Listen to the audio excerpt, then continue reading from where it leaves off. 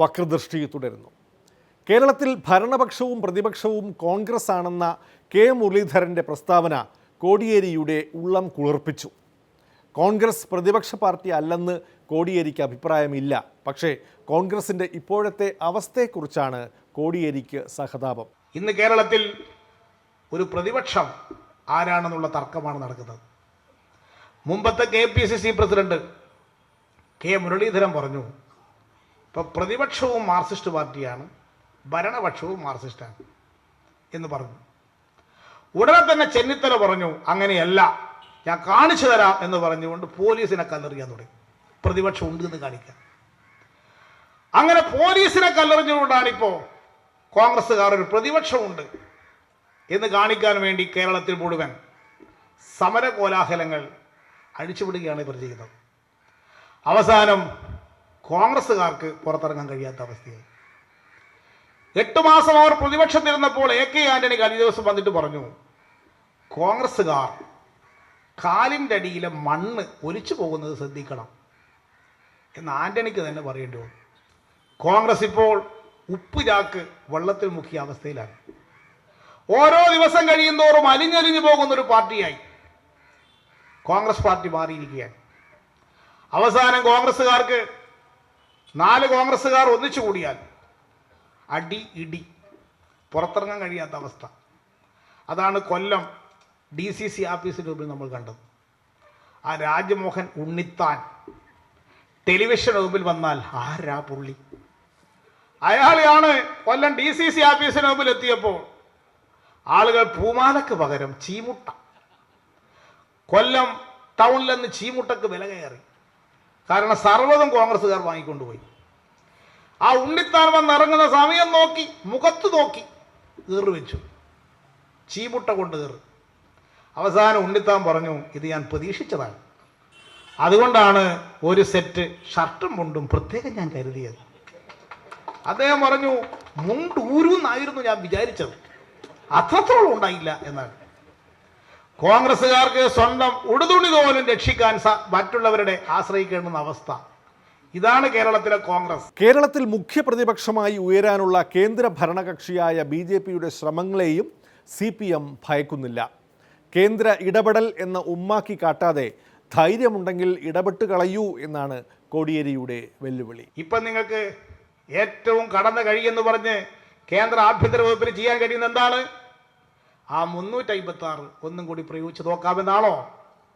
ഞങ്ങൾ BJPക്കാർ വെല്ലുവിളിക്കുന്നു. ധൈര്യമുണ്ടെങ്കിൽ നിങ്ങൾ ആ 356 ഈ പിണറായി വിജയൻ സർക്കാരിന് നേരെ പ്രയോഗിക്കും.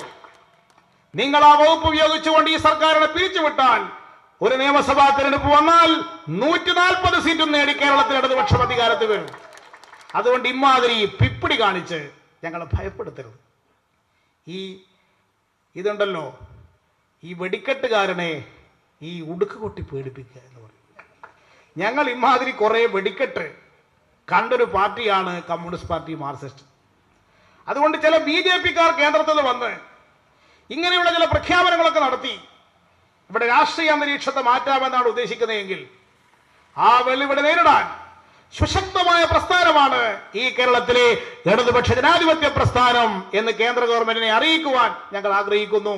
ഇന്നലെ പ്രസംഗിച്ച ആ BJP നേതാവിനെയും ഞങ്ങൾ അറിയിക്കുകയാണ്. ആ നേതാവിൻ്റെ പേരൊന്നും ഞാൻ പറയാൻ ഉദ്ദേശിക്കുന്നില്ല. ഏതോ ആൾ ഇവിടുന്ന് വന്നുകൊണ്ടിരിക്കുകയാണ്. അവിടെ വിമാനമുണ്ട്, ഇങ്ങ് കാര്യം പുറപ്പെടുക.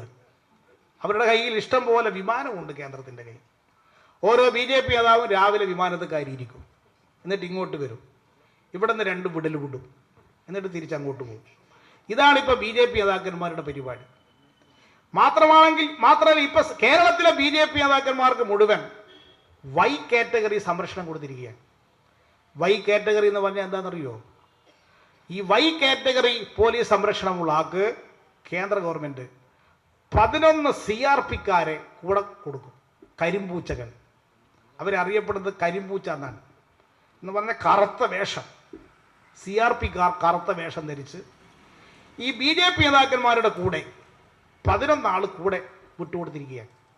ഈ 11 CRPക്കാരനെ ചുറ്റും നിർത്തിയിട്ടാണ് ഈ വെല്ലുവിളി. മാർക്സിസ്റ്റുകാരെ ചുറ്റും കരിമ്പൂച്ച വെല്ലുവിളി നമ്മളെ നേരെ നോക്കിയിട്ട് ഒരു പൂച്ചയും നമ്മുടെ കൂടെ ഇല്ല. ഒരു പൂച്ചയില്ലാത്ത നമ്മൾ നോക്കിയിട്ടാണ് 11 പൂച്ച കൂടെ നടക്കുന്നു നമ്മൾ വെല്ലുവിളിക്കുന്നത്.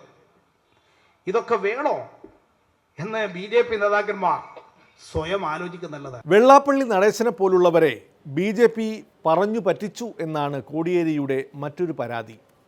വെള്ളാപ്പള്ളിയാണെങ്കിൽ ഇപ്പോൾ BDJS എന്ന് ആരെങ്കിലും പറഞ്ഞാൽ അതെന്താണ് സാധനം എന്ന് തിരിച്ചു ചോദിക്കുകയാണ്. ഇവരുടെ കയ്യിൽ കോടിക്കണക്കിന് ഉറുപ്പിയുണ്ട്.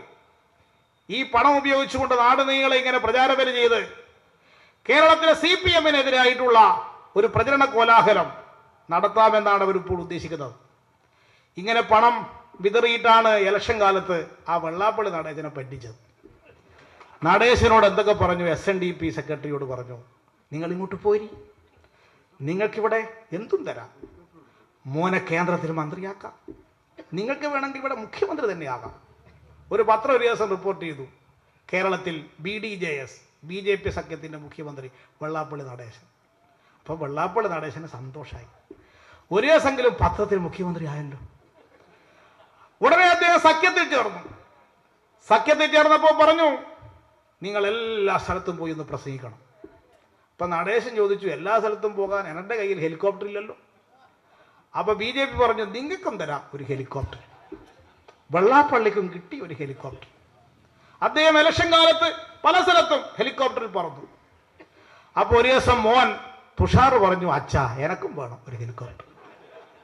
അപ്പോൾ അമിത്ഷായോട് പറഞ്ഞു, മോനും വേണം ഒരു ഹെലികോപ്റ്റർ. ഉടനെ തുഷാറിനും കിട്ടി ഒരു ഹെലികോപ്റ്റർ. രണ്ടാളും കൂടി ആകാശത്ത് പറന്നു.